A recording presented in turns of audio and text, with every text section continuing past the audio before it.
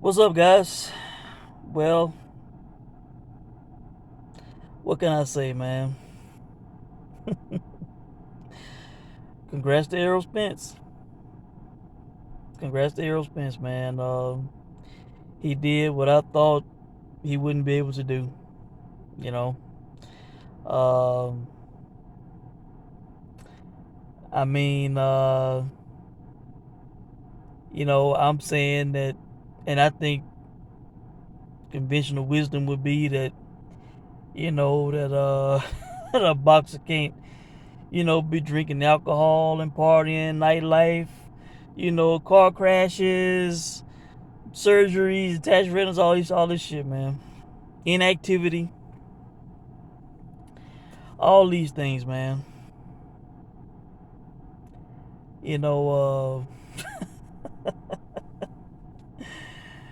this guy goes through all this shit, man, and he beat the guy fair and square that I said was the second best welterweight in the world.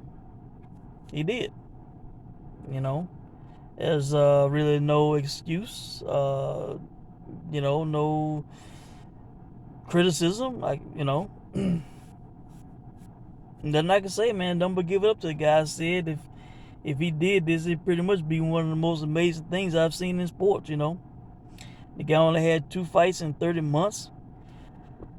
Uh, coming off detached retina surgery and everything else. The car crash, the alcohol, all that inactivity, and he beat Ugas, man. Ugas started off the fight well. The first round, I thought he won. And also gave him the second round. Um, the first round, he was landing to Spence's body at will with the left. He was landing left to the body. Spence really didn't do anything that round.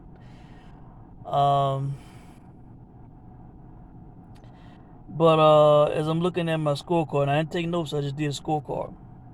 As I look at my scorecard in the third round, that's when Spence started letting his hands go. That's when he started turning up the volume, right? Um, I don't know if that was sort of a blatant strategy or if he was sensing that he was in a fight, and in order for him to win the fight, he felt he wanted to outthrow the guy. That's what I believe would be the case. Volume, volume, volume. I'm gonna outthrow you and outland you and win this fight. All right. Oh boy. Now I can't remember which round it was. I don't know if it was that round. Well, no, it probably was the following round or maybe even the fifth round. And my girl was watching the fight with me, right? And Ugas was basically in the middle of the ring or right in front of Spence, wherever they were. He had his hands up. He was in that shell, kind of like how he was with Pacquiao, right? And Spencer was just throwing punches nonstop, just throwing, and Ugas was not throwing back. And she asked me, she was like, why is he letting him do that? Why is he not throwing back? Why is he not moving? And my only answer was, he must be, going in the shell, kind of like pretty much what he did with Pacquiao. He must just be going in the shell, letting the guy punch to possibly, punch himself out, get tired, and then he will respond either later in the round or later on in the fight, maybe the next round or so. Well, unfortunately, that never happened, all right? He just stood there and he did what I thought he wouldn't do, what I criticized Lamont Peterson for doing, Danny Garcia, Mikey Garcia. He became a punching bag in the middle of the ring for Errol Spence. And why? Was it because when he tried his strategy, he got hit with a shot and it hurt him, and then he just was never the same in the fight? At some point, of course, his eye, he could have a fractured orbital bone. Was that it? Was he, in the shell, maybe hoping Spence would punch himself out? Did he take a shot on the eye and then the fight just never was the same for him after that. You know, he stopped letting his hands go. I don't know, but he turned to those guys, man. You know, and I don't know what the reason was for that. I don't know if that will ever come out. Was it because of an injury, the eye? I don't know. You know, uh, but he seemingly got gunshot, man, and he just stopped throwing and became a punching bag for Errol Spence. You know, and that's what the fight turned into. Now, let me go through my scorecard, all right? Like I said, round one I gave to Ugas. My final score was 87-85 at the time of the stoppage, all right, for Spence. All right, round one was 10-9 for Ugas, okay? Like I said, lefts to the body. He was hitting him at the body at will. I thought a great strategy. I thought that would help him in the long run to fight, all right? Round two, I think that was a close round, but I ended up giving it to Ugas, if I remember correctly. So that was 10-9 Ugas. All right. Round three was when Spence started turning it on. But then I think, if I remember correctly, towards the end of the round, maybe Ugas had moments. So that was a 10-10 round for me. All right. Even round. That was the only even round I had in the fight. All right. Round four, 10-9 Spence. That's when he started kind of taking over the fight. All right. Round five, 10-9 Spence. And round six, which was a key round, that was a 10-9 for Ugas. Now, of course, Showtime, it was like they were scared to call it and scared to show the replay.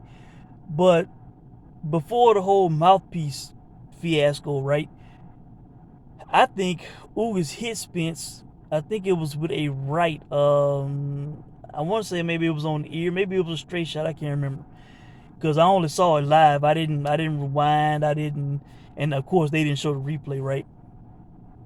He hit Errol Spence with a shot, and Errol Spence kind of froze. It kind of reminded me of Alicia Baumgartner and Terry Harper when she knocked out Terry Harper. It was like he hit Spence with a shot, and Spence froze, and then kind of did like this like back and forth motion, and then went back a bit, and then kind of recovered. And the commentators really didn't even say much about it. And I was like, man, why Ugas not, closing in? Why he not going after him? The guy just kind of froze, And I think I'm getting low on power here with my phone. But yeah, so then after that, that's when the mouthpiece, he hit him again, and the mouthpiece went out, I think. And at that point, I thought Spence was hurt. He turned away. Ugas hit him, and then Spence went back into the ropes. I jumped up. I was like, that's a knockdown. Why is the ref not calling a knockdown, right? So I was outraged. Then he stopped the action and picked up the mouthpiece, which I didn't know was out, and took Spence over to Derrick James, gave him time to recover. I'm like, man, what the hell is going on? So that was a bit of an outrage for me, right? All right. So that was in the sixth round. Then, once Spence came out in the seventh, it was like he wanted to kind of get back, get revenge or whatever, make a statement. So 7, 8, 9 were all 10-9s for Spence. I can't remember which round it was where they started checking Ugas' eye when they sent him over to the doctor. In one of those rounds, Spence hit him with an uppercut on the eye, and then Ugas kind of, in a rare scene, he kind of froze and then started walking back because he was hurt. He got hit on that eye. I figured, that it's probably a busted orbital bone or, something going on, maybe some kind of facial eye injury, And at the end of the fight, he wasn't doing anything, man. He was getting hit on. Whenever he got hit on the eye, he was backing away. He wasn't fighting. He was showing that he was hurt.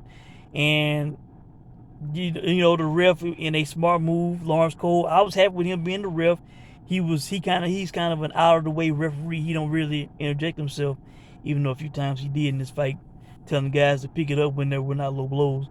But the doctor ended up stopping the fight. And I'm not mad at it, man, because Ugas was losing. He was not letting his hands go. And I don't want the guy to get permanently injured or injured at all in the fight, right?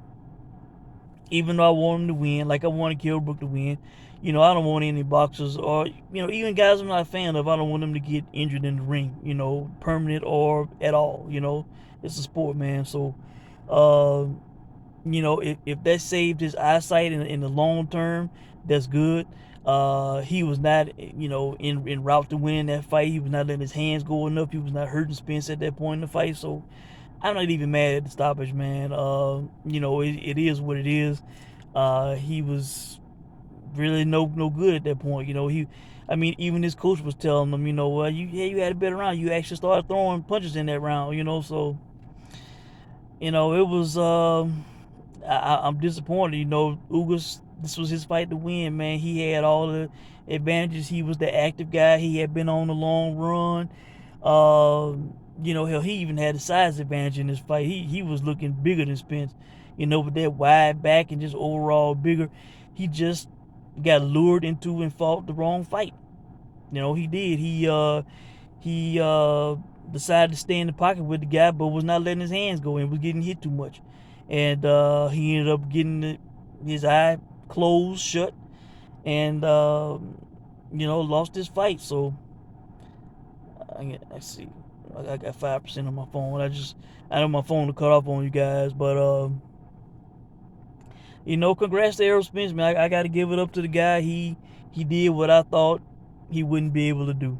I did not think he could overcome all these things, like I said, the alcohol, the car crash, the inactivity, the detached retina, surgery, more inactivity, all this shit, 2 fights in 30 months, all this stuff wrapped up into one. And he went in with a high level guy, a legit world champion in my eyes, and I didn't think he would be able to beat this guy. I didn't think the fight would be competitive. And whether Ugas fought the wrong fight or not, that's on Ugas. Errol Spence fought his fight and he won, man. Bottom line. And they did body testing, that was reported. So, can't criticize the guy on that either. So, it's his night. Congrats to him. They mentioned Terrence Crawford. He said he want that fight next. Terrence Crawford, was tweeting out that he want the fight. So, hopefully that is the fight. That's the fight everybody wanted. But, I'm not gonna comment on that fight. I'm not gonna, this Errol Spence night. I'm not gonna go there. All right, I'm giving him that. I'm giving his fan base that. His fan base that I've criticized and really cannot stand, to be honest. But yeah, I'm not commenting on the Spence Crawford fight. Congrats to Errol Spence, man. He did it. He beat Ugas. I didn't think he could do it. Got to give it up to the guy, man. So really, I think that's it, guys. I don't think I missed anything. If I did, I'll leave a comment in the comment section. But if you watch this fight, I hope you enjoyed it. If you place any wager in this fight, I hope you made money on it. I certainly did not. I played Ugas to win, and I played the draw in case it was a official scorecard, and the scorecards were not needed. And even if it went that way, it was not going to be a draw. He was not letting his hands go enough for it to be close. So, really, that's it, guys. Let me know what you thought about the fight.